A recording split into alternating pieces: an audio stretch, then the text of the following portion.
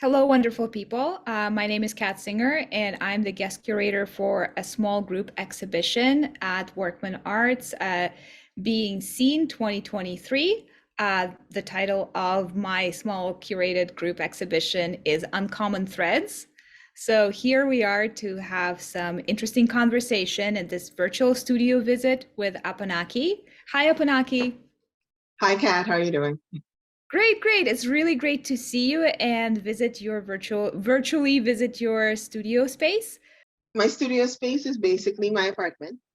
So the artwork that you see behind me is actually one of the very first big pieces that I did at Workman when I had got the offer for studio space there for 6 months. So that is the sun and the moon guardian right now that you see. Oh, I love these. I don't think I've ever seen them in person, so it's great to see them again. So, I mean, not again, for the first time. It's great to see more of your work. And can you tell our viewers a bit about yourself, starting with your name and like talk us about your practice, anything? Okay, well, my name is Apanaki Timitayo. My name actually is a combination of both Indigenous and African. My first name was actually given to me by a friend of mine who was Mohawk from the Bear Clan, and it means tomorrow woman in Mohawk. And Timatayo is Yoruba from West Africa, and it actually means loosely to constantly give praise and thanks. So I'm a tomorrow woman that gives praise and thanks. Wow, that's Yeah. awesome. So, what sort of mediums do you work in? Well, when I first started, like over 10 years ago, I actually started in the first in being seen in 2012. I was doing mixed media without even knowing what mixed media was at the time. I actually did a piece called the Igungun, which in Yoruba means the ancestors. And I did one of the sun and the moon, and I wanted to combine African fabric, which I happen to love, and paint and acrylic, but also other items like crystals and stones and shells. And I just kind of threw everything at the canvas. And um, and that was my journey in becoming a mixed media artist that specializes in textiles in my mixed media collages. So you mentioned, yeah, something ten years ago. Like that's not like that's both a long time ago and a short time ago. Yeah. So what's kind of like what got you to pursue this, like to pursue art 10 years ago specifically? Actually, it was a trauma group, surprisingly. I was in a group with one of the members of Workmen. I won't mention their name because for privacy purposes, but we were in a trauma group together. And the trauma group was around using textiles to kind of use as a voice in order to speak to your trauma and your healing. So that was the first time I ever came in contact with using textiles in art. And then it kind of sparked something in me from there. And one of the members there actually told me that I should become a member of Workman Arts because they felt that that would be a great place for me to explore that. And I applied and got in, was surprised I got in actually. And I actually came in as a writer. So I was writing poetry and performing stand-up poetry. I got published in a couple of anthologies and stuff as well. So I came in as a writer, but then when I came into Workman, I really didn't feel connected to writing anymore, and I wanted to really explore other mediums. So I kind of explored everything from watercolor to even sculpting at one point in time. I was very good at it. And then when Being Seen came about, and I decided, okay, I'll just do something on canvas. So actually, that Being Seen in 2012 was the first time I actually created a piece of artwork. So I created actually two pieces, and the gungun that got in, as well as a piece called Afro Chick that I did that was fully acrylic. And I'd never painted before, so it was interesting. Oh, it's so great to find out like all of your history with Workman Arts. So your piece in this show, the Uncommon Threads, can you tell us a little bit more, starting with the title and yeah. Little Joy is actually the name of the piece. The piece kind of focuses around my middle child, actually. She is the focal image in the piece, but it also incorporates this, how you could say it, less than Western idea of joys. I had the amazing opportunity with a friend of mine called Charlie Petch to actually go into TIFF and actually be there for a book launching that kind of helped me help even define the concept for my art piece a bit more. Her art was about her book was actually about immigrant people of PSW and her journey with helping a trans elder who was declining and was kind of incorporated into Scarborough, where a lot of immigrants are from. And I remember a woman who was distinctively white who was asking about, how depressing she felt that the work was and that kind of thing. And she felt like that people were struggling in a lot of the themes within the book, and she had to define the artist in question. Literally spoke about her being a Filipino immigrant, and that how immigrant people define joy is different from how Western culture defines joy. Like we define joy in the little things, in the fact that we're able to make it through another week, the fact that we have maybe a crap piece of car that most likely in worse circumstances will fall apart, but we're grateful for it getting us from one place to the other. The fact that we may not have wealth in the true sense of the word, but we have the company of family and friends that bring us joy, and that we take joy in their lives as well as they take joy in ours. So I wanted to redefine what those joys were from a place of not necessarily privilege, but just understanding that community in itself brings those little joys. That makes sense. Any reason why it's your middle child? Because she is the one who is the most determined, even though she has had so-called challenges, if you want to call them. My middle daughter has ADHD as well as anxiety. But irregardless of those limitations, she has always tried really, really hard to put herself in spaces that otherwise may not have been, based on the challenges that she has, have access to. And um she really goes about it her way and still be able to just excel in those spaces. So I feel a lot of pride in her, because I'm glad to say that she's doing her first year at Toronto Metropolitan College right now.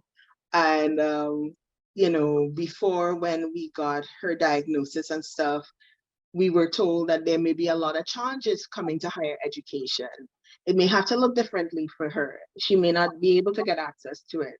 But the mere fact that even despite all of that, she has always excelled in spaces that she wanted to get herself into because she just found it interesting, regardless of any barriers that may have come her way or she's been told that those are barriers. Makes me extra proud, and she helps me daily just kind of find the wherewithal within myself to push through. So I just wanted to kind of celebrate her and everything that just makes her just beautiful and amazing to me. Awesome. So, how about like the visual description? Like, what I know your piece is in progress, but how do you envision it looking like when it's finished? It's going to be lap quilt size, which is about 50 inches by 60 inches. And it's my first art quilt, so I'm extremely excited about that part too. I will be using watercolor medium, which is something I've never used before on fabric. And I found a way that it would stay permanent by using a textile painting medium, which I've found, and I'm really excited to start that journey of using it and seeing what comes out of it. I unfortunately have an injury because just a couple days before I got accepted into Uncommon Thread, I had a bit of an incident where I fell in Dollarama and unfortunately wrecked my right wrist, which is now in this brace until I'm done. So I had to kind of figure out a way to, since I won't be able to draw, I actually silk screened the image of my daughter onto raw canvas, which I'm going to be using to embellish. I'm also going to be using African fabric, of course, as well as some hand tie-dyed fabric that I got from a friend of mine many years ago. And I'll be using I'm going to be hand embroidering flowers, and I'm going to be using them like an explosion from her as the center image. So onto the different parts and panels of the African fabric. So I'm really, really excited about it. I'm not quite sure. I have an idea of how it'll look, but I think it will overly exceed my expectations as per usual.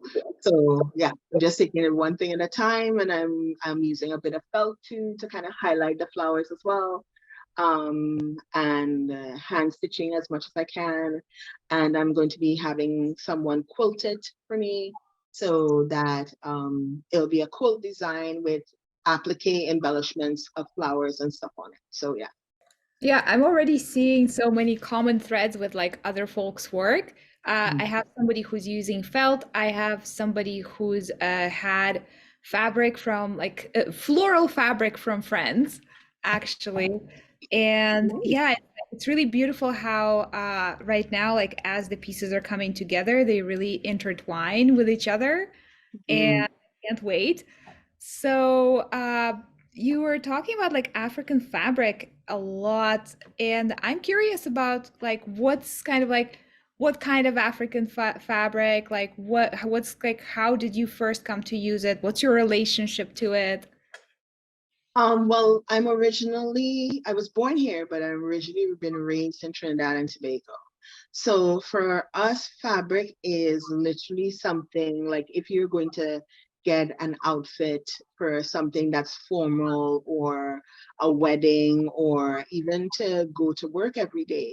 We didn't always have access to having like full suits and stuff in stores and stuff, or if we did, or if we did, sorry, they were really expensive. So a lot of people took a lot of pride in buying the fabrics that they wanted to use and then having a seamstress put it together. And they buy everything from the buttons, the zippers, any embellishments that they wanted to have on that.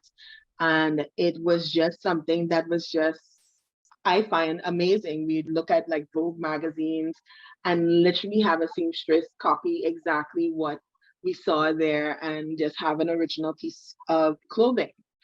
So I always grew up with cloth being a bit of a common thread within my childhood. My mother made like dresses for me. I had a seamstress that I would work with in order to, and I would design my own stuff and then take it to my seamstress. So it was always, that kind of fabric and bright colors and stuff like that. So when I came to Canada and I found that especially during the winter time, people were like, they had some standards. It was either blue, gray, or, black. And you hardly ever saw any bright anything.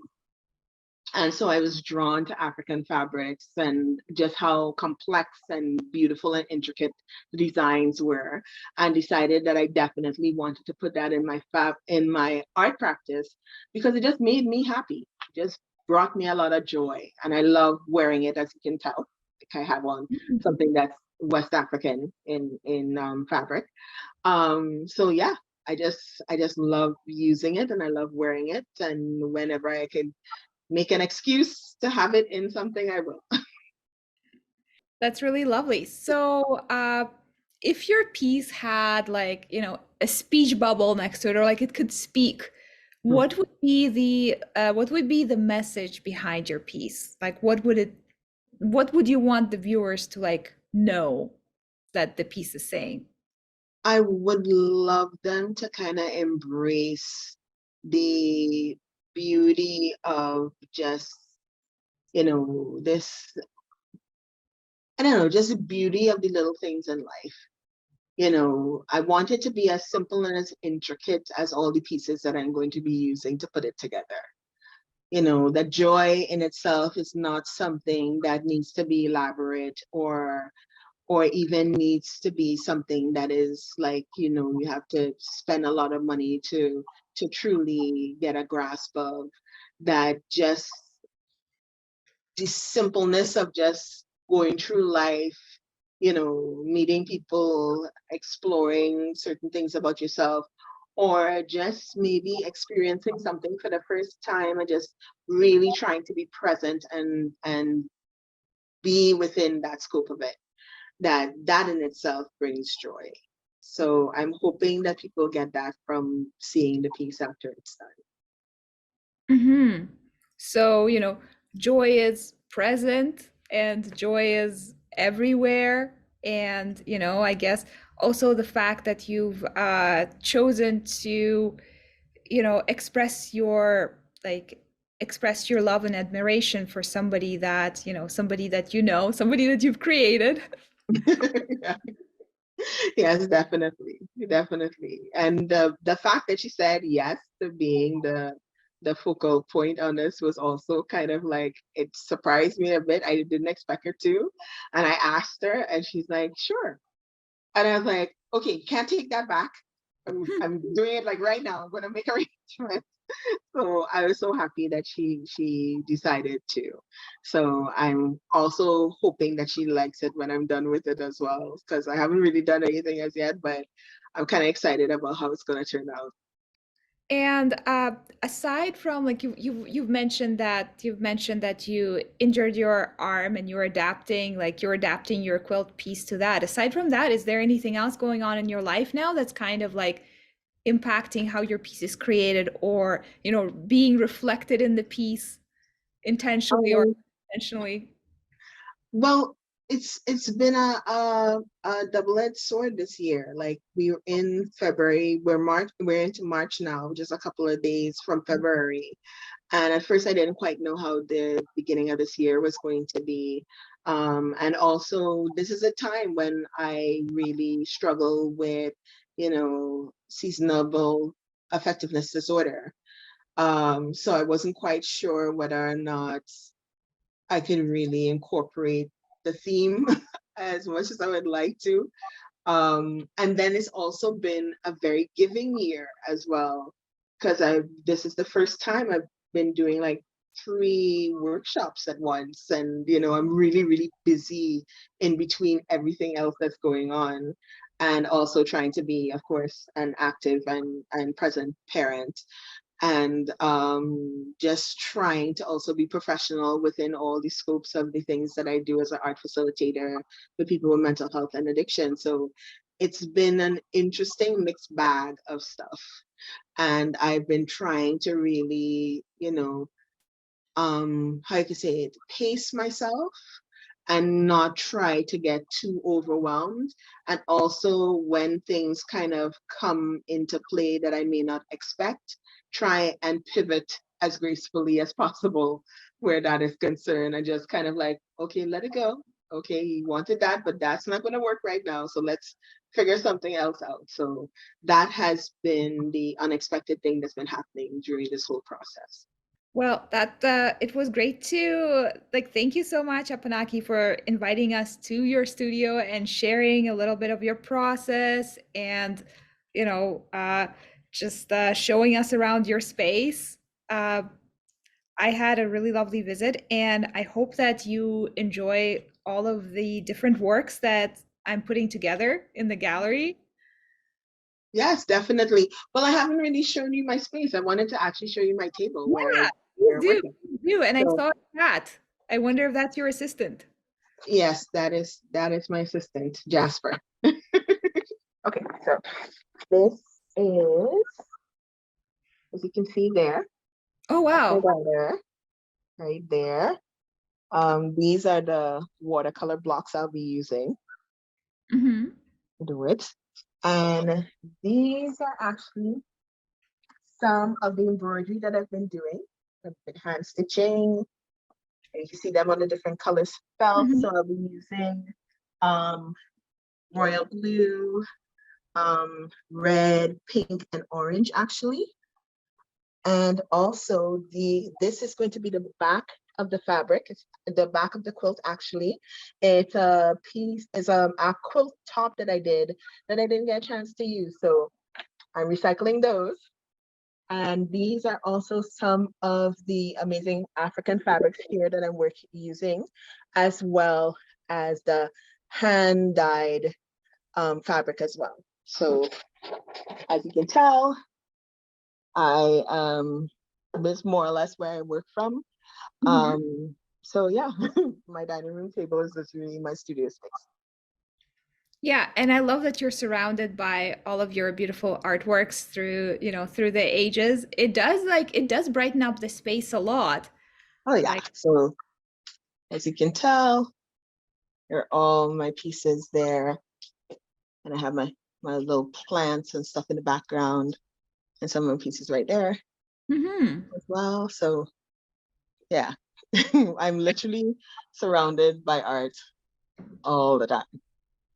Yeah, and I recognize some of the things from like previous times. Yes, definitely, definitely. That has been in exhibitions with workmen as well. So yeah, All right, so this will conclude the recorded part of our studio visit. So, okay. yes, if there's anything else, like any parting words you want to share with our viewers, please do. Um, just looking forward to this. I think this may be the first textile art exhibit that I've seen at Workman. I'm not sure. I believe they're all quilts in the exhibition, Kat. There's rugs, there's some quilts, there's a participatory art piece with different felt shapes that we are going to adhere to the wall. There's actually like a plethora of things, but there are quilt makers Mhm. as well. So it's gonna be very nice and vibrant and bright. And there's gonna be like one of the things that I'm most looking forward to from the Mhm. show is how vibrant and different everybody is and how connected and like there are common like there are many common threads and there's Yeah. also common threads like all of the like unique ways that we use the same media to express ourselves. Oh, definitely. So yeah, I'm really looking forward to it, and I'm glad to be a part of it. So yeah, I'm looking forward to exhibition. So I'm hoping to see everybody down there, and hope they enjoy my interview as well. And thank you for coming to my home studio. All right, take care. You too. Bye, Kat.